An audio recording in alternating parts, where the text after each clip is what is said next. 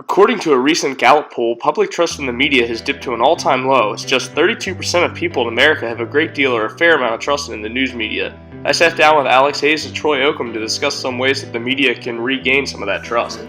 Convince the public to trust you, and there's so many different ways that you can convince the public to trust you, and I'm not sure if it can even happen on a national level at this point, but our thing with local papers is we need to make sure that we're showing people that we're different. I mean, we're going out there, if the guy who is currently the anchor for NBC News, I'm not even sure who it is, Lester Holt. If Lester Holt puts something on the TV and it's fake or it's distorted, there's a very good chance that he's not going to run into many of his viewers. On a local level, we see him at church, we see him at the gym, we see him out when we're out at dinner with our families.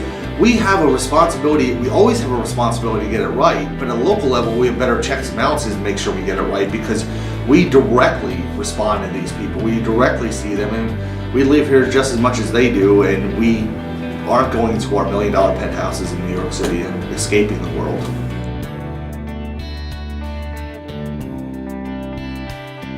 Oh, it's crucial. I mean, for so many different reasons. Number one, it checks and balances. They're not driving home 45 minutes and being removed from it.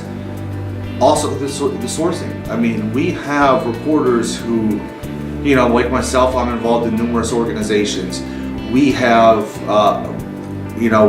most of our reporters, if not all, actually all of them are involved in the community in some way. Some are on nonprofit boards, others are parents, so they're in the schools more often. And they're getting those stories because, one of my biggest frustrations with people is they'll call up and they'll say, "How come you didn't cover this today?" I'm like, "Well, I didn't know about it." But it's a two-way street. We can't be sitting up here on 1570 Fairfield Road expecting everyone to call up and say what's going on. We need to be out in the community encouraging people to call us more to say what's going on. Because if people know you, they're more likely to call. "Oh, I know Alex from the gym, I'll give him a call." And it's that personal connection. So when they live here, they're more likely to build those personal connections than they are if they're driving home an hour. I mean, that is a system that I have never seen work especially for a local organization.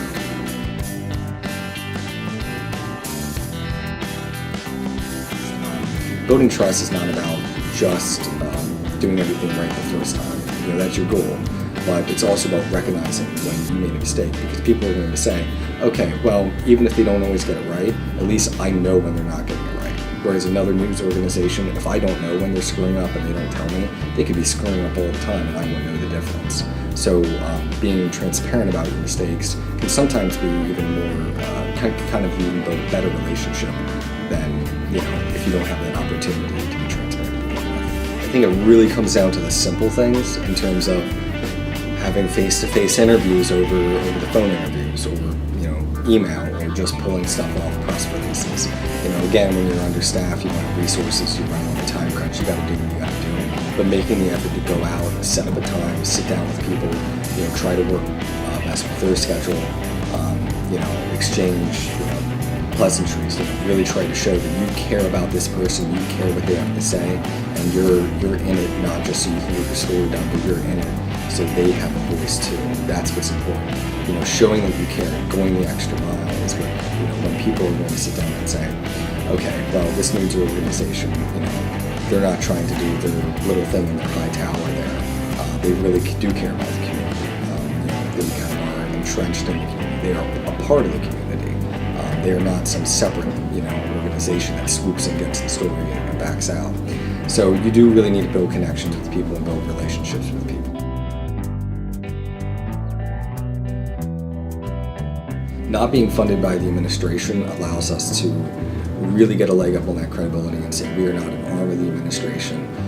If the administration, were to screw up or something bad were to happen there and we don't report on it, then people can say, okay, well, they're not reporting on it probably because they don't know it happened, not because they're funded by them, they're too scared, to go after that. So that independence is, absolutely critical. So we're funded, by students, through the student government, by the student activity fee.